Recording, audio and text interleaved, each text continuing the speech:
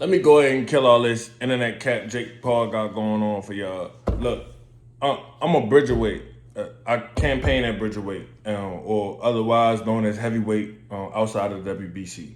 Now, look, I signed a contract to make 200 pounds within the 3 or 3.5 weeks that I had to do it, but I couldn't do it. My body simply would not let me do it, would not let me get down to 200 pounds. But where in boxing do y'all see them canceling fights a whole week in advance? I didn't even get my last week to get down as low as I could. I told this man, it's penalties involved. Keep the purse. Keep the purse. I fight you for the $5,000 minimum. That's how much it means to me, and that's how much faith I have in knocking him out. I would have beat this man with one hand, just like I did in the gym. But let him tell it. He already beat my ass in the gym when I was 230. So if you beat me up while I was 230, what's the problem in fighting me while I'm 215? What's the problem fighting me at 210? It's clearly them not wanting to fight. It's not me pulling out the fight. It's them not wanting to fight. I never said that I didn't want this fight, and the only thing that I can conclude is that they scared. I mean, they tried to drain me down. I told them, look, I ain't gonna be able to get all the way down to cruiserweight. I mean, it was a astronomical feat in and of itself from the beginning. From the beginning, when they called me to spar him for Anderson Silva, I told them what my weight was. They knew what my weight was, and they knew I was gonna have to lose about a pound a day for 30 days in order to make 200 pounds. Now, with all that aside, still, if I wasn't able to make the weight, they knew that we had a replacement on the side the whole time. He's been doing everything I've been doing this whole camp. The Muslim boxer, Muslim Kason, who campaigns at cruiserweight, who wouldn't have to have drained himself, who could have saved the show. And Jake Paul could have fought a real boxer, but he don't want to fight a real fighter. He don't want to fight a real fight. He wanted to drain me down and fight a fighter. He don't want to fight a real fight. He wanted to drain me down and fight a shell of me, which I'm not going to allow him to do. Now they didn't move the goalposts and move the finish line closer and have me weigh in all these extra days early and then pull a plug on the fight like we don't want to fight. My team's 100% still wanted to fight, still ready, willing, and able to knock out Jake Paul on August 6th. So y'all blame your boy Jake Paul for this fight not happening. It ain't had nothing to do with me or my team. We let them know what the real was, and Jake Paul scared to make the fight.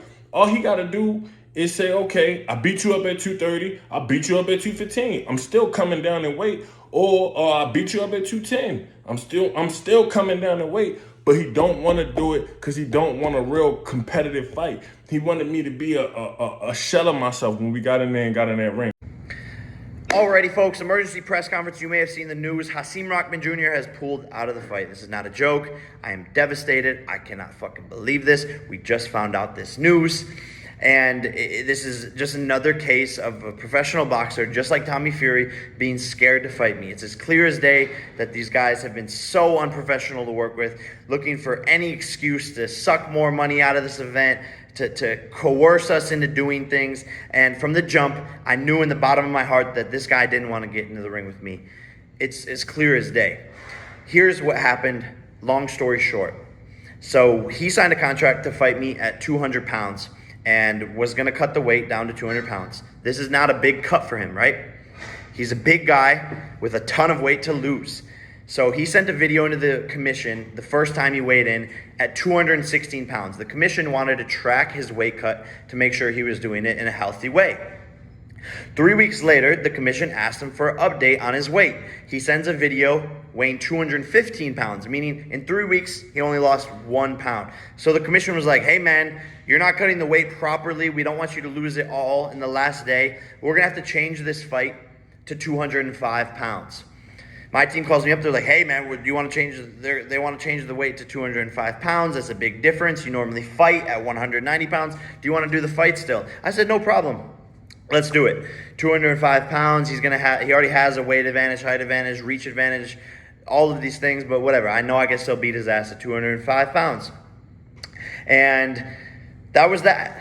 We move forward. And then today, out of nowhere, his team calls and says, Hasim's not going lower than 215 pounds.